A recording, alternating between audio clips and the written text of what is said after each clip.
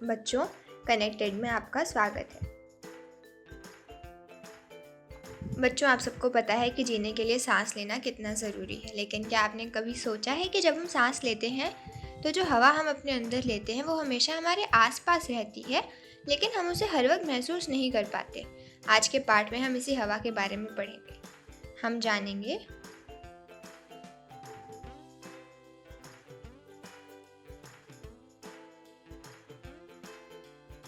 हवा का हमारे जीवन में क्या महत्व है। ये हमें तभी पता लगेगा जब हमें सांस लेने में तकलीफ होगी, या हमारा दम घुट रहा होगा, या जब खेलते समय सांस तेजी से चलने लगे, या फिर जब सर्दियों में ये हमारे शरीर को अकड़ाने लगती है और गर्मियों में जब ये लू बनकर हमारे चेहरे झुलसाने लगती है, तब हम इसके बारे में सोचने के लिए मजबूर हो जाते हैं। हवा सिर्फ हमें सांस लेने में ही मदद नहीं करती, बल्कि आसपास फैली गंध का भी एहसास कराती है। तभी तो बगैर बताए भी हम जान जाते हैं कि हमारे आसपास क्या है। बगीचे और फुलवारी की हवा, खेत और खलिहानों की हवा, पहाड़ों और जंगलों की हवा, धूल सनी सड़कों पर हुई बरसात की हवा, कूड़े और नदियों से आती हुई हवा और कारखानों के आसपास की हवा, सभी अलग अलग जगहों की हवाओं की गंध अलग अलग आती है और हम सबकी गंध पहचान पाते हैं। ऐसा हवा के बहाव की वजह से होता है।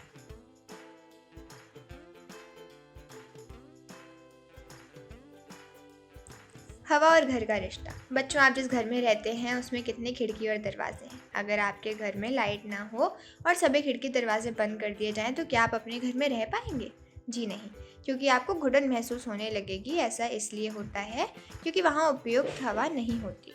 ऐसे ही दिल्ली के लोक नायक जयप्रकाश मोहल्ले के एक कमरे में रहने वाले शमशेर का कहना है कि उसके घर में सिर्फ एक ही खिड़की है, जो कि एकदम ऊपर है, जहाँ से हवा नहीं आती।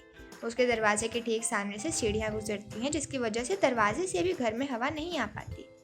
जब उसके घर में बिजली नहीं होती तो बिना पंखे के उस घर में रहना बहुत मुश्किल हो जाता है। तब शमशेर भागकर घर के बाहर निकल जाता है। वह कहता है कि बिना बिजली के जब पंखा ना चले उस घर में रहना बहुत ही मुश्किल है।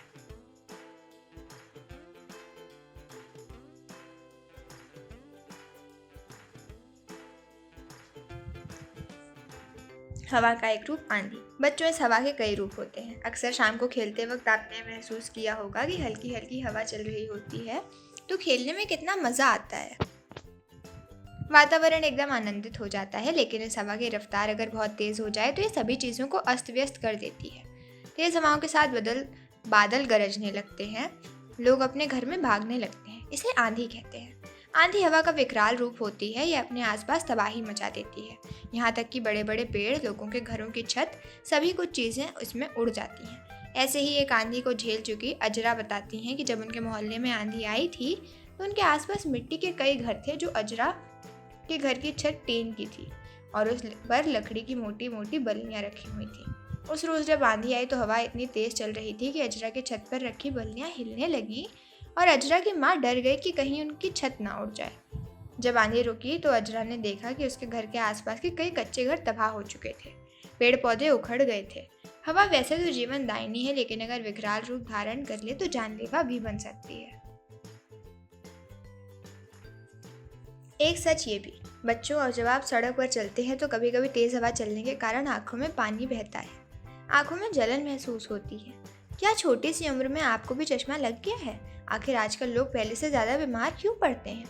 क्या आपको पता है इन सब का कारण क्या है? इन सब का कारण है प्रदूषण। आपने सड़कों पर चलते हुए ये गौर किया होगा कि चारों तरफ बहुत धुआं धुआं सा रहता है। गाड़ियों से दूषित धुआं निकलता रहता है। ये धुआं बहुत ही हानिकारक होता है और वायु प्रदूषण का कारण बनता है। हम आजकल अपनी रोज़मर्रा की ज़िंदगी में इस धुएं को सांस के जरिए अपने अंदर ले रहे हैं और ये हमें अंदर से कमज़ोर बना रहा है। आखिर हवा में इतना प्रदूषण क्यों फैला है? इसका कारण है कि वक्त के साथ मोहल्ले बढ़े, गाड़ियाँ बढ़ी, सड़कें चौड़ी हुई और पेड़ कटते चले गए। अब तो ऐसा लगता है कि सारी फिजा में जहर घुलता जा रहा है।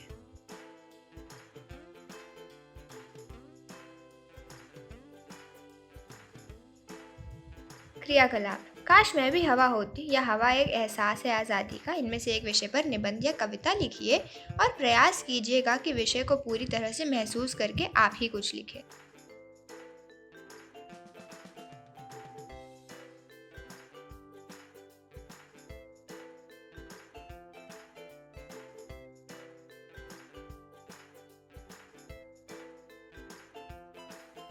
इन प्रश्नों के उत्तर दीजिए।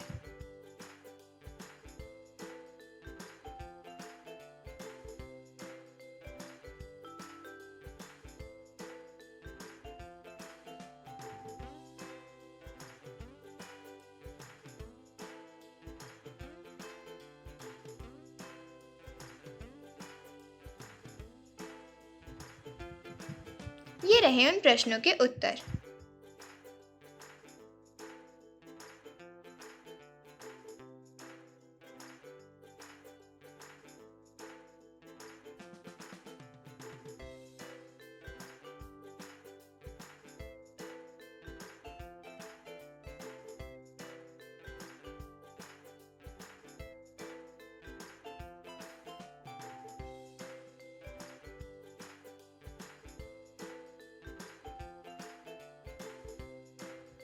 तो बच्चों, ये था आज का पाठ। आशा करते हैं कि आप सबको खूब आनंद आया होगा। आज की कक्षा यहीं समाप्त हुई। अगली कक्षा में मिलते हैं एक नए पाठ के साथ। धन्यवाद।